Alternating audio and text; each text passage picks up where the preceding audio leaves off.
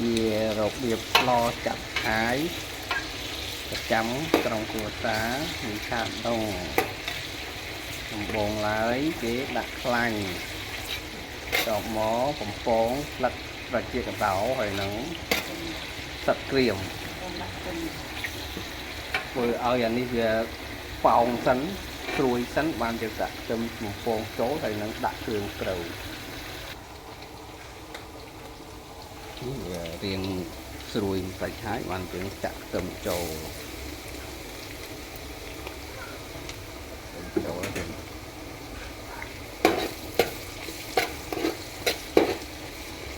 យើងរំលីងខ្ទឹមនេះឲ្យវាឈ្ងុយបានយើងដាក់ចេងស្ករកន្លោតដើម្បីឲ្យវាចេញពណ៌ក្រហមទៅណា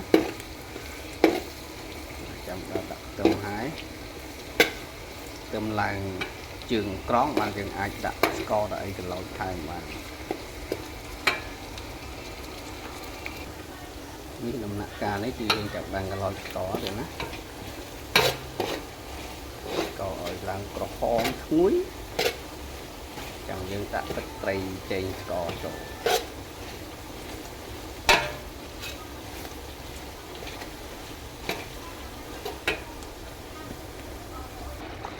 នេះយើងកន្លោតស្ករហើយយើងដាក់សាច់ឆាត្រឡប់ដាក់ទឹកត្រីអំបិលចេងស្ករចូលទៅទឹកត្រីហើយទៅណាឲ្យវាទុននេះ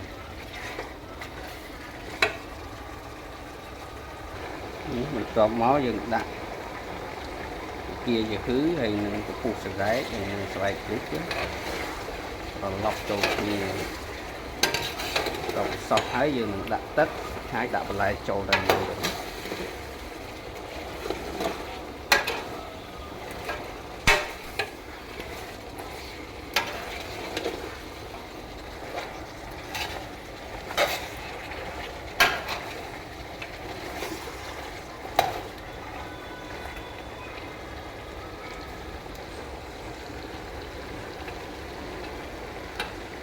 មួយឆ្នាំងលេខ70ទៀតល្មម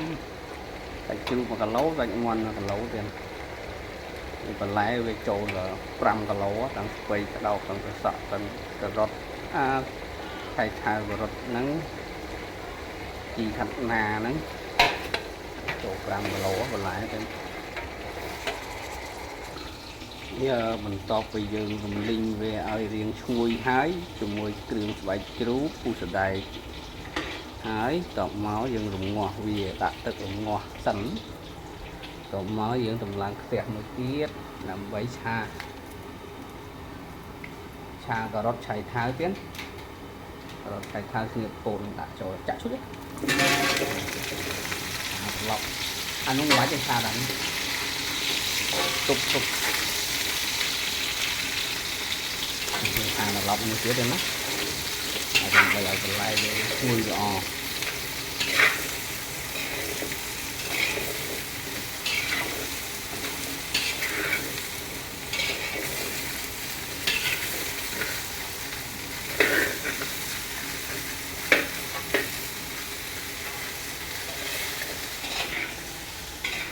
ពុំរងាស់ទឹកមកចឹង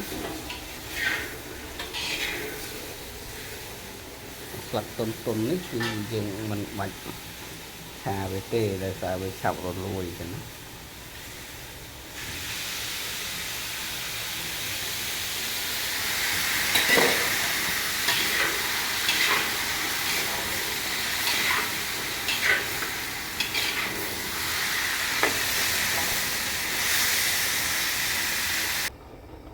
នេះបន្ទាប់ពីយើងឆាឲ្យវាឈ្ងុយខ្ទឹមហើយគឺយើងដាក់ចូល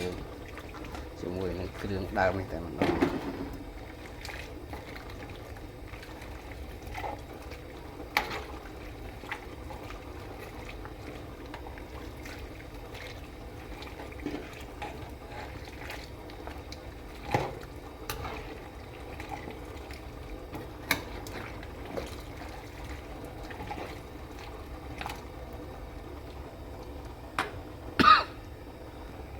នេះបានសម្រាប់ហើយទៀតដាក់ស្ពៃ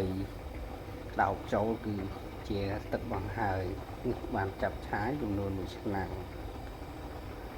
សូម chạy đồng lệ như bật sào chạm cổng vừa sáng bị chạp đông tiền à